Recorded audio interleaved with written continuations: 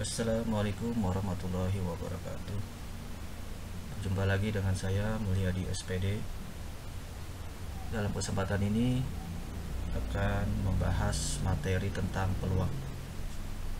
Tapi sebelum itu jangan lupa di subscribe untuk yang belum, dan untuk yang sudah subscribe saya ucapkan terima kasih. Baiklah, langsung saja kita bahas materi kita pada hari ini, yaitu tentang peluang. Ya, ini langsung saja ya, kita ke rumusnya.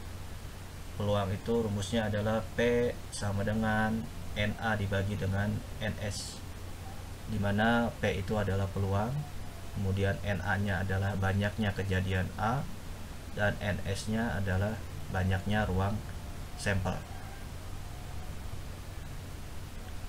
Ya, langsung kita ke contoh saja, karena kalau cuma melihat rumus kalian pasti akan bingung. Contoh yang pertama, sini ada sebuah uang logam dilempar ke atas dan jatuh ke tanah. Tentukan peluang munculnya sisi angka.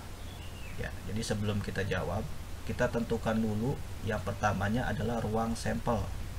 Ya, ruang sampel. Nah, kalau untuk satu uang logam itu ruang sampelnya ada dua, ya, yaitu angka dan gambar. Jadi dalam arti ruang sampel ini adalah semua kemungkinan yang bisa terjadi. Jadi di dalam satu uang logam itu hanya memiliki dua sisi, yaitu sisi angka dan sisi gambar.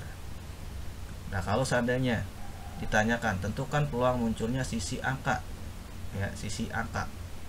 Nah, karena angka cuma ada satu, maka peluangnya adalah 1/2. Ya, rumusnya P sama dengan NA dibagi dengan NS. NA nya 1, ya, ini peluang angkanya cuma 1 di sini. Kemudian dibagi dengan 2. 2 ini adalah NS atau ruang sampelnya. Secara keseluruhannya ada dua sisi. Jadi sisi angka ada 1, berarti 1 dibagi dengan 2. Jadi peluangnya adalah 1/2. Ya, seperti itu, sangat sederhana sekali. Kita lanjut contoh berikutnya. Ya, ini contoh yang kedua. Dua buah uang logam dilempar ke atas secara bersama-sama dan jatuh ke tanah. Tentukan peluang munculnya sisi kedua-duanya angka. Nah, kalau yang contoh pertama itu uang logamnya cuma 1. Kalau contoh yang kedua uang logamnya ada 2. Nah, ini otomatis ruang sampelnya juga beda. Ruang sampel untuk dua mata uang logam itu ada 4, yaitu angka-angka, angka gambar, gambar angka, dan gambar gambar.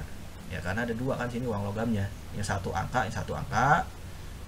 Kemungkinan yang kedua, yang satu angka, yang satu gambar, atau yang satu gambar, yang satu angka, atau kedua-duanya gambar. Jadi ada 4 kemungkinan yang bisa terjadi atau bisa muncul. Nah, semuanya ini itu dinamakan ruang sampel. Jadi ada 4 ya ruang sampelnya. Nah, tinggal NA, banyaknya kejadian A. Yang di sini ditanyakan tentukan peluang munculnya sisi kedua-duanya angka. Nah, di dalam 4 ruang sampel ini, yang dua-duanya angka ada berapa?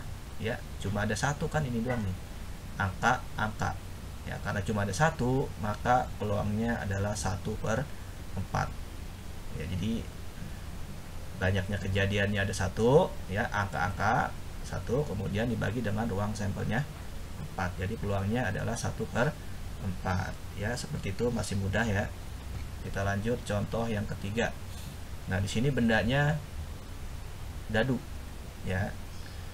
Kalian tentunya tahulah dadu itu seperti apa.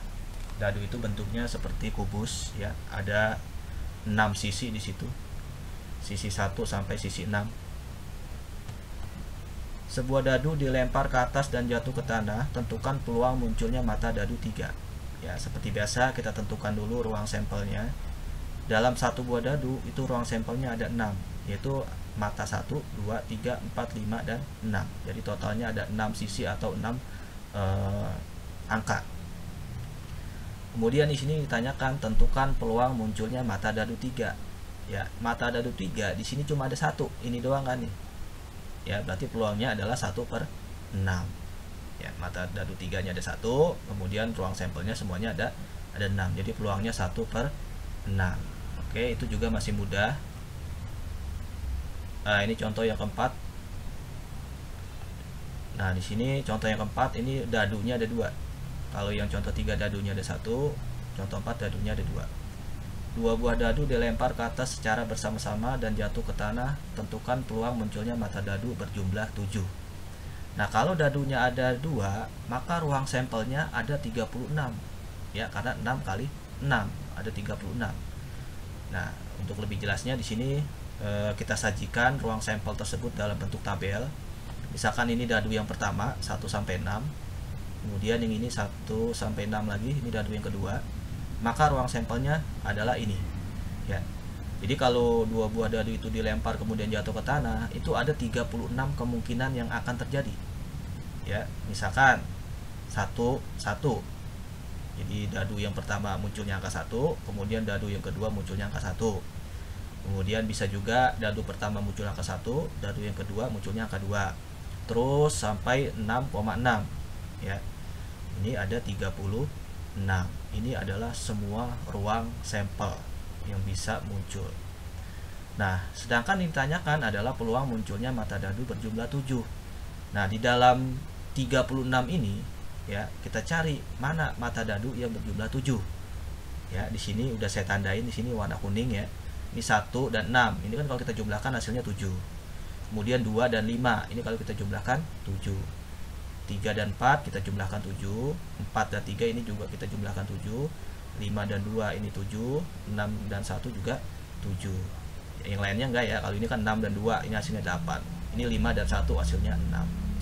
Nah, jadi hasilnya 7. Ini ada berapa nih? 1, 2, 3, 4, 5, 6. Maka peluangnya adalah 6/36. Atau disederhanakan menjadi 1/6. Masing-masing kita bagi dengan 6. Ya, jadi peluangnya adalah bisa 6/36 atau 1/6 ya. Bisa dua-duanya boleh. Ya, seperti itu.